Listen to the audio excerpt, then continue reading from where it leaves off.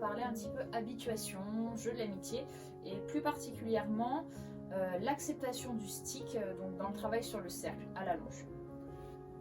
Donc c'est très souvent que je rencontre ce souci-là, c'est-à-dire de chevaux qui soit ne sont pas capables de répondre à mon énergie sans outil, sans stick, soit qui sont beaucoup trop réactifs à l'outil, qui se focalisent dessus et qui sont de suite dans l'excitation, qui manquent de décontraction, qui vont chercher à accélérer dès que le stick bouge, alors que pour autant je n'aurais rien demandé. C'est un problème qui est assez récurrent et qui fait que bien souvent les cavaliers ont tendance à s'effacer énormément, à ne plus oser bouger le stick, de peur que le cheval s'emballe un petit peu sur le cercle.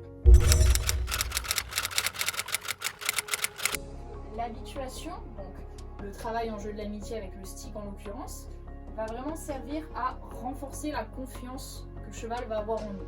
C'est-à-dire que l'outil ne doit pas être vu comme quelque chose d'imprévisible qui peut tout à coup frapper, qui peut demander des choses incohérentes ou peut-être générer de l'incompréhension chez le cheval. Le fait de travailler là-dessus va améliorer notre connexion. Pourquoi ?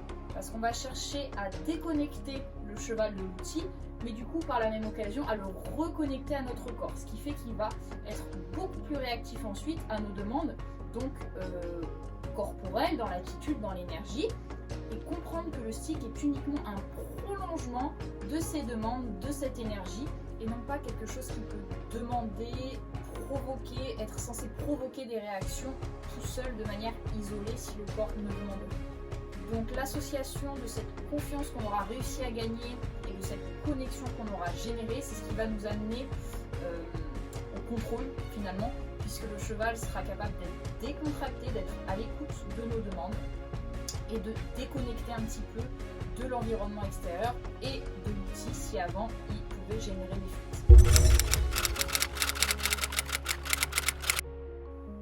Alors les clés pour réussir cet exercice sont en premier lieu le rythme. Donc le rythme c'est quoi ? C'est réussir à donc faire bouger notre stick, en l'occurrence dans ce cas précis, la cordelette du stick, avec un rythme constant. Donc un petit peu comme un métronome, quelque chose de justement très prévisible pour le cheval qui va lui permettre de se décontracter plus rapidement et d'être plus vite dans la compréhension. Ce rythme va évoluer en fonction justement de l'évolution du cheval par rapport à l'exercice. Plus le cheval va comprendre, plus on va pouvoir augmenter le rythme et un petit peu aller plus loin dans son seuil de tolérance. En revanche, si le cheval est vraiment un petit peu trop anxieux, il ne faudra pas hésiter à baisser le rythme dans un premier temps, sans arrêter, hein, évidemment, puisque c'est la base hein, dans le jeu de l'amitié, c'est qu'on va continuer un petit peu cet inconfort jusqu'à ce que le cheval comprenne que sa solution est justement de se décontracter. Et à ce moment-là, on va baisser le rythme pour essayer d'aider le cheval à mieux comprendre et à oublier un petit peu cette anxiété, cette appréhension.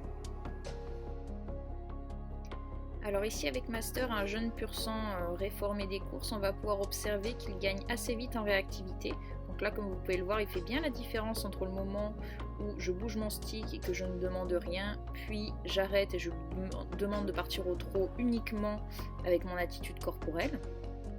Pareil pour la transition descendante. Je suis quand même obligée de monter un tout petit peu en phase. Ici, j'utilise mon stick pour justement augmenter la réactivité dans le prolongement de mon corps et le cheval le comprend très bien.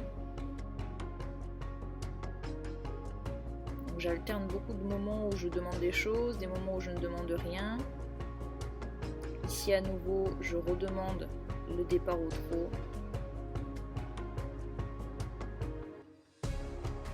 Ici on est sur une habituation au stick, donc depuis le trot, le but petit à petit est d'obtenir la décontraction, ici plus d'autonomie, et donc pas simplement me contenter d'un cheval à l'écoute, mais en plus de gagner en décontraction. Ici on voit d'ailleurs que c'est le cas au galop et que je récompense immédiatement, donc récompenser ça peut être vocalement, ça peut être lui demander de s'arrêter, ça peut être un rappel, quelque chose qui fasse comprendre au cheval que là, effectivement, il était dans la bonne idée. Donc là, je vais un petit peu plus loin dans mon attente au niveau de la réactivité. Et mon but est d'avoir à la fois réactivité et des contractions, ce qui est le cas ici.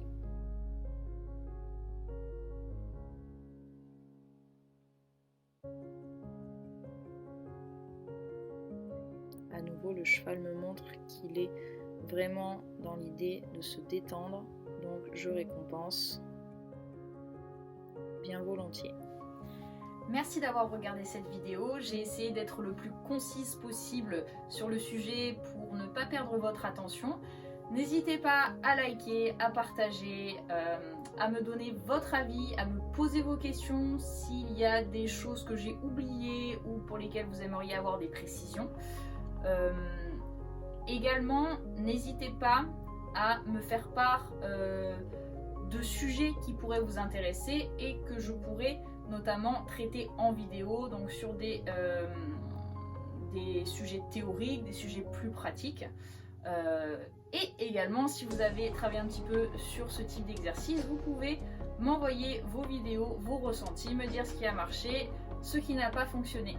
Et je suis toujours là pour échanger. À bientôt, bye!